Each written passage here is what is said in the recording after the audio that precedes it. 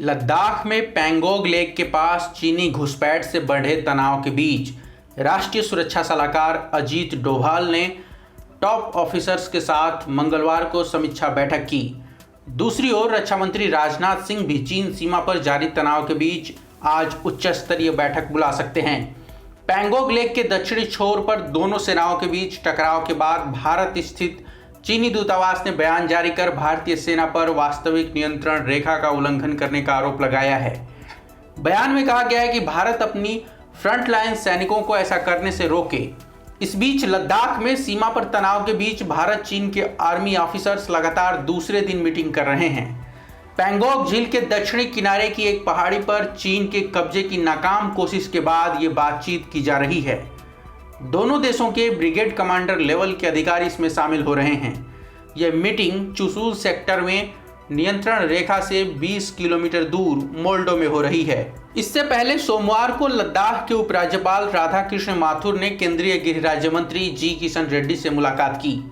माथुर ने north block स्थित मंत्री के आवास पर उस समय मुलाकात की जब सोमवार की सुबह भारतीय सेना की ओर से इस बात की जानकारी दी गई कि 29 और 30 अगस्त की दरमियानी रात को भारतीय सेना के जवानों ने चीन की घुसपैठ को रोक दिया। भारतीय सेना ने अपने बयान में कहा कि चीन नए इलाकों में विवाद पैदा करना चाहता है, बावजूद इसके कि दोनों देशों के बीच विवाद सुलझाने के लिए बातचीत चल रही है। भारतीय सेना की ओर से कहा गया कि चीन की सेना ने मिलिट्री और डिप्लोमेटिक लेवल पर जो बातचीत हुई है, जो समझौते हुए हैं, उसके उलट यथास्थिति को बदलने की कोशिश की और पूर्वी लद्दाख में भारतीय सेना को उकसाने वाली हरकतें की।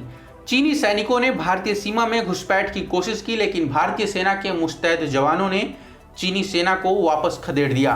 खबरों के मुताबिक चीन का इरादा ब्लैक टॉप नाम की पहाड़ी के सामने वाली भारतीय चोटी पर कब्जा करना था। इसके बाद चुशूल के बड़े इलाके में चीन की पकड़ मजबूत हो सकती थी। चीन के सैनिक उस निचले इलाकों में डटे हुए हैं जो 3 चोटियों पर बैठे भारतीय सैनिकों की निगरानी में हैं। उधर चीन के विदेश मंत्रालय ने सोमवार को अपनी हरकतों से मुंह मोड़ते हुए कहा कि चीनी सैनिकों ने कभी भी वास्तविक नियंत्रण रेखा पार नहीं की। उल्टा भारत पर यह आरोप लगाया कि भारतीय सैनिकों ने बातचीत में बनी सहमति का पालन नहीं किया। एएनआई के मुताबिक चीनी सेना ने लद्दाख से लगे होतन एयरबेस पर J-20 फाइटर प्लेन तैनात किए हैं, तो कैलाश मानसरोवर झील के किनारे जमीन से हवा में मार करने वाली मिसाइलें भी तैनात कर दी हैं। दरअसल पूर्वी लद्दाख में फिंगर एरिया, देप्सांग और गोगरा इलाकों में चीन पीछे नहीं हट रहा है। चीन के सैनिक 3 महीने से फिंगर एरिया में जमे हुए हैं।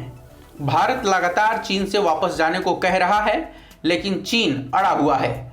इसी को लेकर के पिछले 3-4 महीनों से भारत और चीन के बीच वास्तविक नियंत्रण रेखा पर तनाव है।